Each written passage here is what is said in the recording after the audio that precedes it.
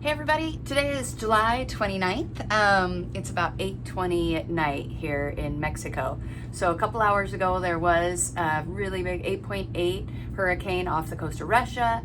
And if anybody's watching the news, then there has been a tsunami warning for Hawaii, Alaska, Japan, west coast of the US, and even into Mexico where we are. Hey everyone, thanks for joining us and welcome aboard. If you're new here, let me introduce our crew. This is Pat, I'm Alexa, and this lazy thing is Gilligan the Fat Boat Cat. We live aboard our 57-foot Nordhavn, Noeta, near Puerto Vallarta, Mexico. We had an interesting experience this morning with a tsunami warning, so today's episode is all about how Noeta fared during the tsunami warnings. What is nice is we have a community, a WhatsApp community, a VHF community down here where immediately we have a kind of a weather guy that checks in with us, but he has posted that he will be doing another update here in about 45 minutes, but gave us kind of the update of where tsunami warnings are.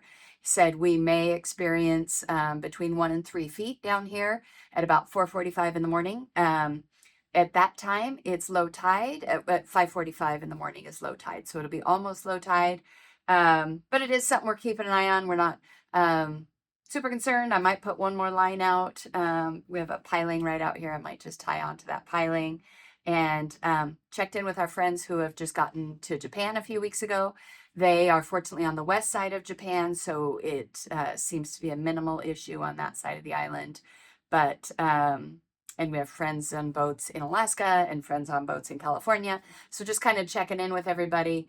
It is something we're keeping an eye on. By the time it would get down to Mexico, it wouldn't be huge, but there will definitely be between tsunami action and just general current, there might be some motion. I might set an alarm clock to be up to experience that. But it's always good to be educated, to keep your eye on the news, both for weather and then these kind of events. But in about, like I said, 45 minutes, we'll get another kind of weather seismic update, and I'll listen in on that and see what we got. So stay tuned. I'm wishing safety for everybody in its path. Seen some damage, Crescent City, California, a number of years ago, obviously Japan in history. So obviously these can be catastrophic. So I'm hoping that is not the case. Anyway, I'll keep you updated here in a little bit. All right, so it's 9 o'clock. I'm in the pilot house because Mike from PD Sailing, he's over in La Cruz, just a few miles from here. He's going to do an update on the tsunami warning. We have been watching it online,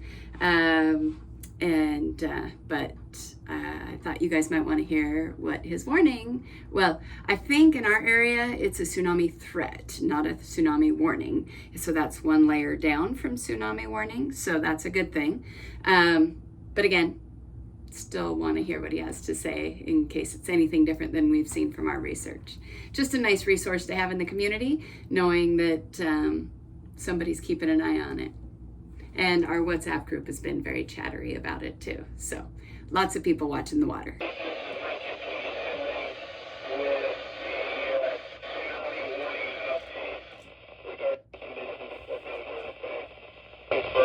Possibly 0.3 to 1 meter, and arrival time for that if it is going to happen would be about 4:47 tomorrow morning.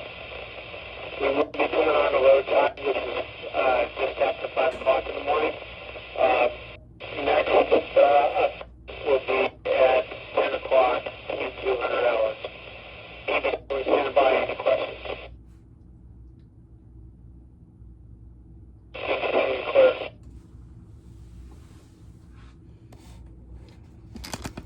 Well, that was really scratchy. Basically, still 1 to 3 feet tsunami threat. He's going to do another update at 10 o'clock. So I may go to bed early and set an alarm so I can actually see if we have any depth change, because I'm really curious. And now that we have a working transducer, since we just put that in, it'll be really interesting to see how and if we're affected at all and if I can feel it. So I'm going to go to bed and I'll be back at 4:47 a.m. All right, good morning. It is a little after 4:30 here in the pilot house of Noeta, just north of Puerto Vallarta, Mexico. Tsunami warning still in effect. A good indicator of tsunami severity is where it just hit most recently, and about 9 minutes ago, the news was saying California saw about 3 feet. We may see a little bit here. It may just feel like surge, though. It may not feel like anything, but it'll be really interesting to see. But so you haven't seen Pat in this video yet, because of course he's working. And as so often seems to happen during hurricanes or earthquakes and now tsunami. So here's where Pat is. Let me show you a little bit of video about what he's been doing. Hey guys, I'm in Seattle, SeaTac, and the Kamchatka Peninsula just had that 8.7 earthquake, so there's all sorts of tsunami alerts going on. I've been texting and hold on. All right, I'm going to try this again. Where I was earlier was Jesus. All right, I'm going to try this the third time. People keep getting on the PA. So they've issued tsunami warnings. Lex will talk about that. I happen to be flying, so I'm up here in Seattle. Just landed when all this started to happen. And so, of course, I wish I was home with her on the boat. It sounds like it's going to hit here in Seattle area, maybe about 1 in the morning. So we'll keep an eye on that. I'll land in Redmond about midnight, so maybe we'll start getting some indications as it works its way down the Pacific coast, like up in Alaska and stuff.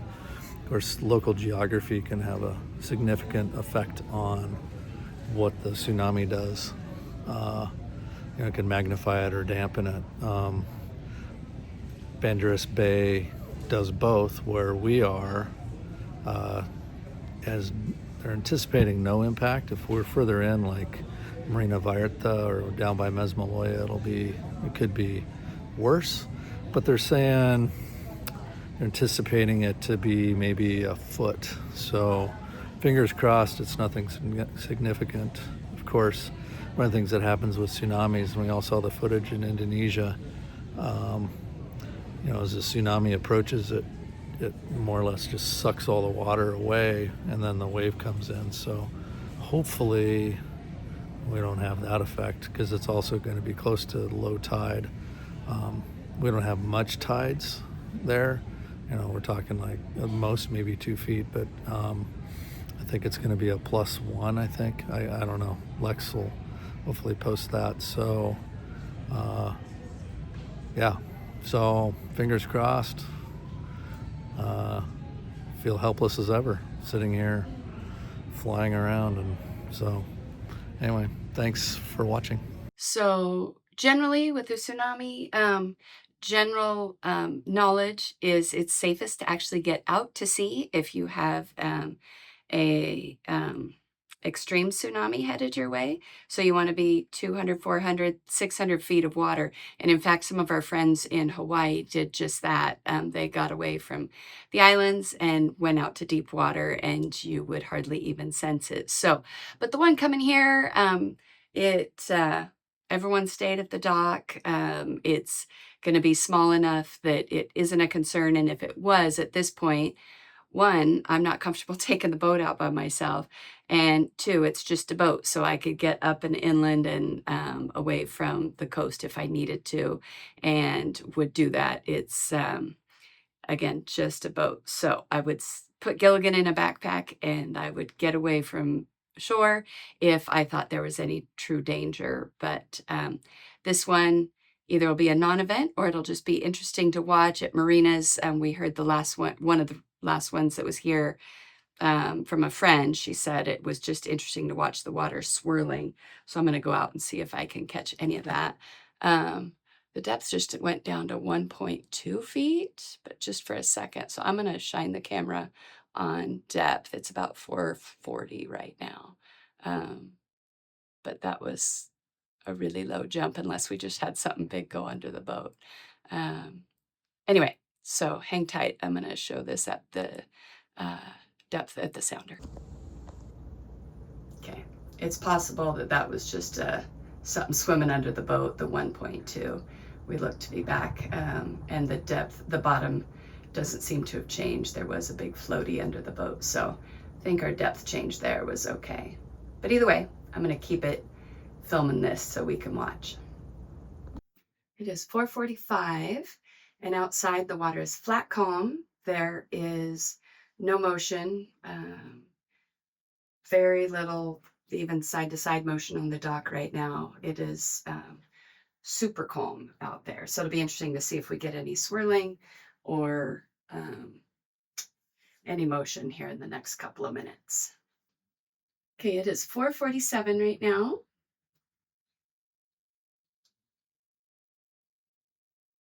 No change in what our depth has been doing so far. Kind of that 3.9 to 4.4. 4:50. No change in depth yet. Okay, if you look right now, there's a couple of something going on under the water. Could be something swimming under it, but it went up to 4.8 for a minute.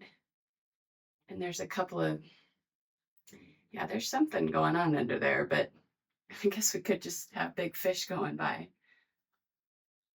But depth still hasn't changed. 4:51. All right, 4:52. I'm gonna turn the camera off for a minute, but I'm gonna keep monitoring. I'll flip it back on if I see any motion. 4:56.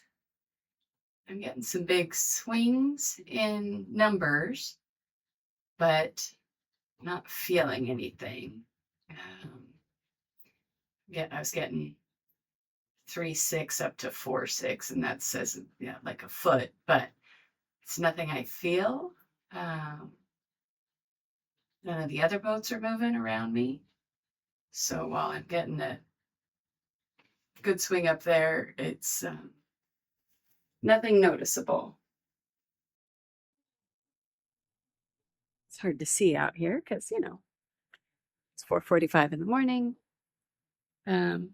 I don't know if you can. There is swirling off our bow. Not much, not even enough to move us. Yeah, you can't see that out there. Sorry. You're just going to have to trust me. We have swirling water, but like you can see us against the dock, not enough to push us around.